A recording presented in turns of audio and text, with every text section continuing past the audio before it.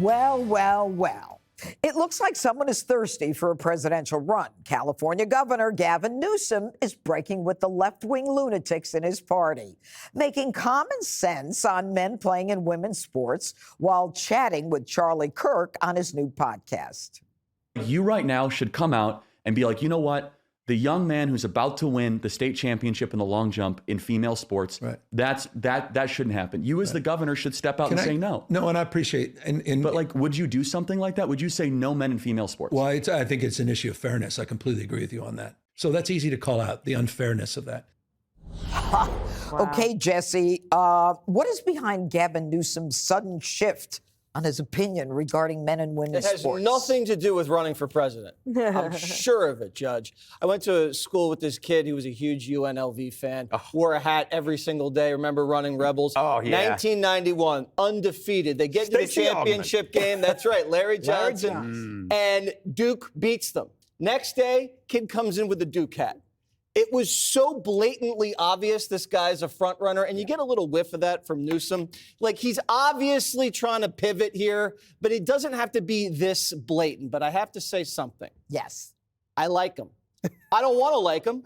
I actually hate that I like him. But I met him. I shouldn't have met him. Because when I met him, he was kind of funny. He made fun of him when he went to China and he was running over all those Chinese kids on the basketball court and he was chasing after the cranes and in that Beijing bobsled like a goofy little kid.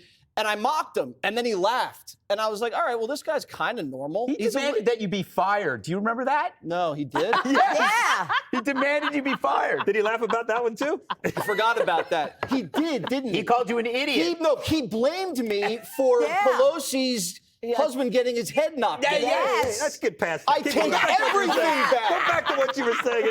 Okay. All right, Dana, what is the evidence for his change in stance?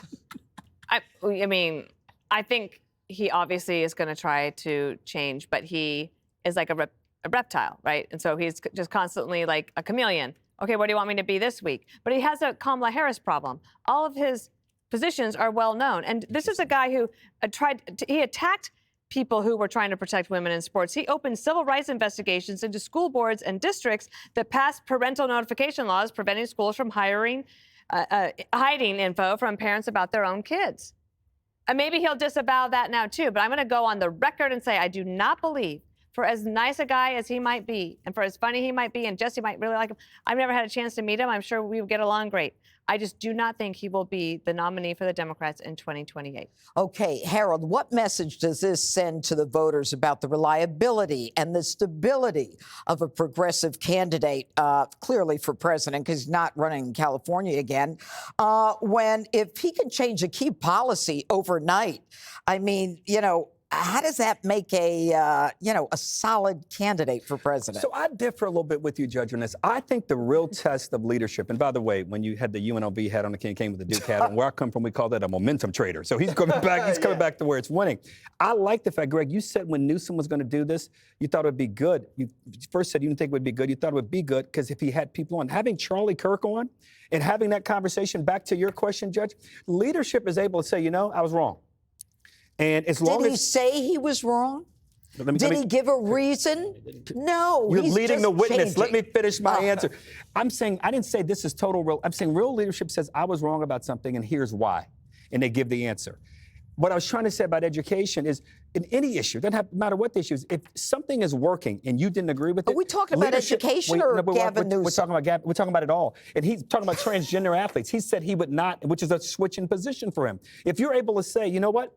After thinking about it, after looking at the evidence, after watching it practically happen, I've changed my mind. I think that's what people want more in politics.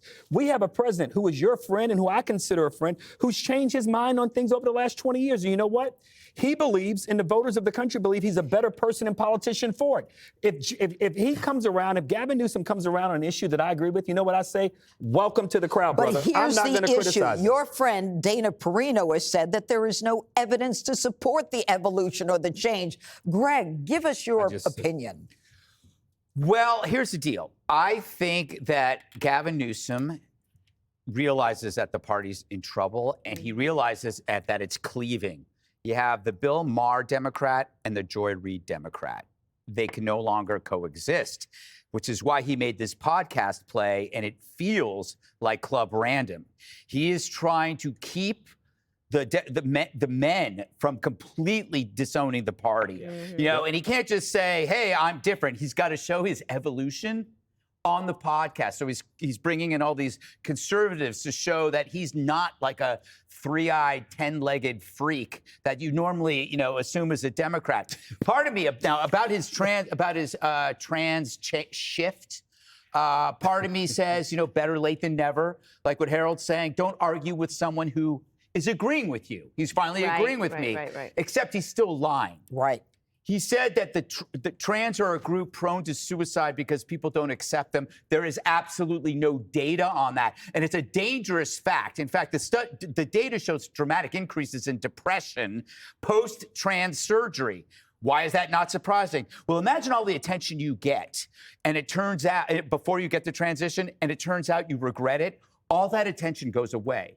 So you become deeply, deeply depressed. Ask a detransitioner. So what's crazy about this and what's so wrong about what he said is remember the story you were told.